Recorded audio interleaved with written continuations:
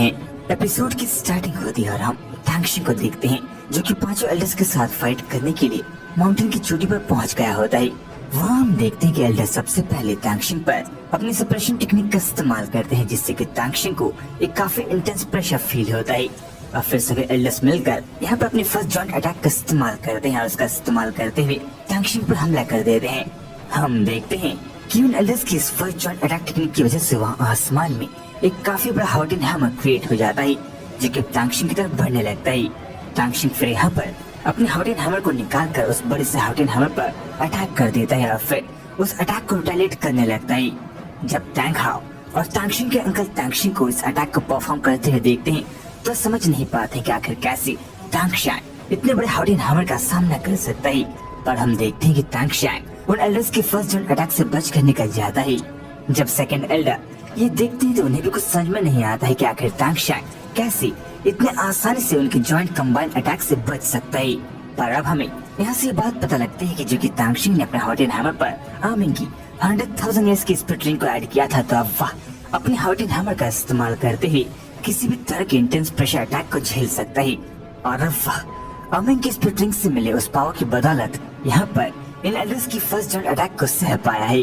जब सेक्ट के बाकी मेंबर्स ये देखते हैं कि तांगशिंग कैसे इतने आसानी से पांचों एल्डर्स की फर्स्ट जॉइंट अटैक को सह पाया है, तब वह इसे देखकर काफी ज्यादा शॉक हो जाते हैं। वो कहते हैं कि यहाँ पर अगर तांगशिंग की जगह कोई आम इंसान होता तो उसके लिए इतने इंटेंस प्रेशर को झेल पाना काफी ज्यादा मुश्किल होता, पर तांगशिंग ने इसे इतने आसानी से कर लिया। पर अब ये खेल यहाँ पर खत्म नहीं हुआ है और तांगशिंग को यहाँ पर उन पांचों एल्डर्स की सेकंड जॉइंट अटैक और थर्ड जॉइंट अटैक को सहना होगा। जब जीवो ये देखती कि तांगशिंग ने इन पांचों एल्डर्स की फर्स्ट जॉइंट अटैक को सह लिया है और वो सर्वाइव कर गया, तब वो तांगशिंग के लिए और भी ज्यादा परेशान होने लगती है, क्योंकि तांगशिंग को अभी और भी ज्यादा संघर्ष करना बाकी है। तांगशिंग ने ऑलरेडी अपने बैटल टैक्टिक्स को मैसअप कर दिया है, तो उसे यहाँ पर कोई रास्ता निकालना होगा और उसे जल्द से जल्द कुछ करना होगा। वहीं तांगशिंग जो कि उन एल्डर्स के फर्स्ट जॉइंट अटैक से बच चुका होता है, पर वो देखते कि यहाँ पर उन पांचों एल्डर्स को अपने फर्स्ट जॉइंट अटैक के बाद अपने सेकंड जॉइंट अटैक को परफॉर्म करने में काफी ज्यादा वक्त लग रहा होता है। और अब यही मौका तांगशिंग के पास है कि वह इस मौके का सही से इस्तेमाल करे और समय रहते उन पर हमला कर दे। हालांकि तांगशिंग यहाँ पर काफी बुरी तरह से जख्मी हो गया है, पर उसे इस लड़ाई को लड़ना ही होगा। फिर हम देखते हैं कि तांगशिंग यहाँ पर आगे बढ़कर अपनी स्पिरिट टेक्निक को इस्तेमाल करने का डिसाइड करता है और फिर उन एल्डर्स पर अपने 8 स्पिरिट टेक्निक का इस्तेमाल कर देता है और इसका इस्तेमाल करते हुए उन्हें हराने की कोशिश करता है। फिर तांगशिंग यहाँ पर अपने blue silver wheel tiger demon radiance move का इस्तेमाल करता है और फिर इसका इस्तेमाल करते ही हम देखते हैं कि वहाँ पर एक काफी इंटेंस रेड ऑरा फ्लो होने लगती है और फिर तांगशिंग इस रेड ऑरा को उन एल्डर्स की तरफ डायरेक्ट कर देता है।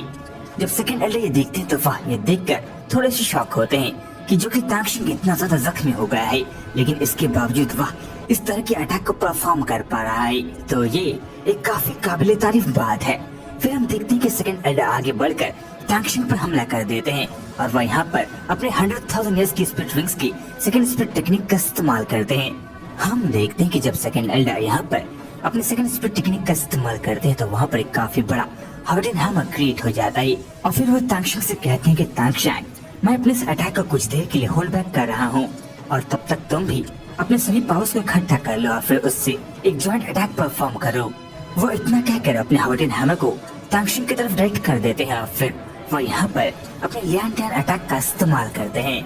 जब तांगशिंग के अंकल ये देखते हैं कि सेकंड एल्डर ने यहाँ पर अपने लियांटियन अटैक का इस्तेमाल किया है, तो वह सभी से कहते हैं कि सेकंड एल्डर का ये अटैक उन पांचों एल्डर्स में से सबसे पावरफुल अटैक है। और जब जीवो ये सुनती है तो वह तांगशिंग को लेकर काफी ज्यादा घबराने लगती है। वहीं जब सेकंड एल्डर अपने इस बड़े से हाउटिन हैमर को लेकर तांगशिंग की तरफ बढ़ रहे होते हैं तो तांगशिंग यहाँ पर अपने रेडियंस ऑरा का इस्तेमाल करते हुए उन पर हमला करता है। जब सेकंड एल्डर ये देखते हैं कि तांगशिंग की ऑरा उन्हें रोकने की कोशिश कर रही है, तो वह समझ नहीं पाते कि आखिर तांगशिंग का अटैक किस तरह का है जो कि उन्हें रोकने की कोशिश कर रहा है। तांगशिंग फिर यहाँ पर अपने एक कदम को पीछे लेता है और फिर dance of the sea god को परफॉर्म करता है और अपने सी गॉड का ट्राइडेंट को बाहर निकाल लेता है और उसका इस्तेमाल करते हुए सेकंड एल्डर की इस बड़े से हाउटिन हैमर पर अटैक कर देता है। वहीं अब बाकी चारों एल्डर्स भी अब कहाँ पीछे रहने वाले थे। हम देखते हैं कि वो आगे बढ़कर यहाँ पर अपने हाउटिन प्रोटेक्टर मूव का इस्तेमाल करते हैं और फिर इसका इस्तेमाल करते हुए चारों मिलकर तांगशिंग पे अटैक कर देते हैं।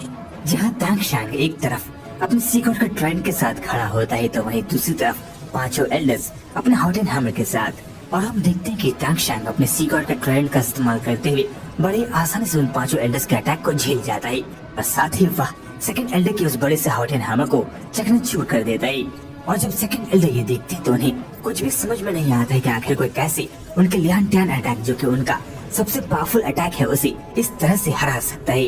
अब फिर सेवेंथ एल्डर आगे बढ़कर तांगशिंग पर अपने हॉटेन हैमर का इस्तेमाल करते हुए काफी सारे लिथल ब्लोज करने लगते हैं, पर तांगशांग उनके सभी अटैक से डॉज करने लगता है। वो उनसे कहता है कि हालांकि आप पांचों एल्डर्स मिलकर मुझ पर एक काफी पावरफुल अटैक कर सकते हैं, लेकिन जब आप पांचों मिलकर एक कंबाइंड अटैक परफॉर्म करते हैं तो इसके काफी सारे एडवांटेजेस और काफी सारे डिसएडवांटेजेस भी है। एडवांटेज ये है कि जब आप पांचों एल्डर्स मिलकर अपने अटैक पावर को कंबाइन करते हैं तो इससे उस अटैक की पावर काफी ज्यादा बढ़ जाती है। और डिसएडवांटेज ये है कि इसमें आपको थोड़ा समय लग सकता है और इससे अपोनेंट को आप पर पलटवार करने का मौका मिल जाता है। और फिर हम देखते हैं कि बाकी चारों एल्डर्स मिलकर अपने हॉटेन हैमर का इस्तेमाल करते हुए तांगशिंग पर अटैक करने लगते हैं और तांगशांग अपने सीगॉड के ट्रायड का इस्तेमाल करते हुए बड़े आसानी से उन सभी का सामना कर पा रहा होता है। तांगशांग उन पांचों एल्डर्स से कहता है कि आप पांचों में से किसी एक को आगे आकर मुझसे फाइट करनी चाहिए और इतने में बाकी चारों को पीछे रहकर यहाँ से एक अटैक की तैयारी करनी चाहिए।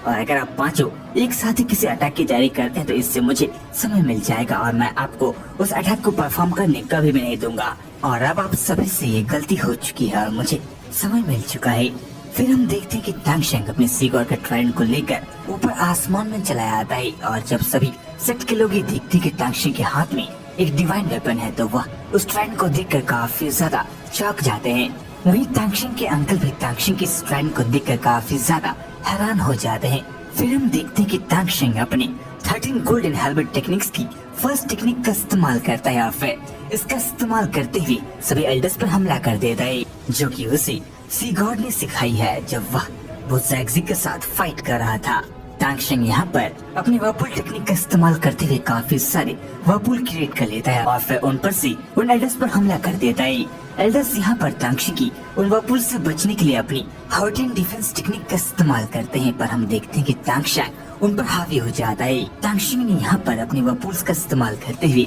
एल्डर्स को चारों तरफ से घेर लिया होता है और अब एल्डर्स के पास उनसे बचकर निकलने का कोई भी रास्ता नहीं होता है। तो आखिरकार तांगशिंग यहाँ से इस फाइट को जीत चुका है और वह इन एल्डर्स को बड़ी आसानी से हरा पाता या नहीं ये हमें आगे आने वाले एपिसोड से पता लगेगा, क्योंकि एपिसोड यहीं पर खत्म हो जाता है।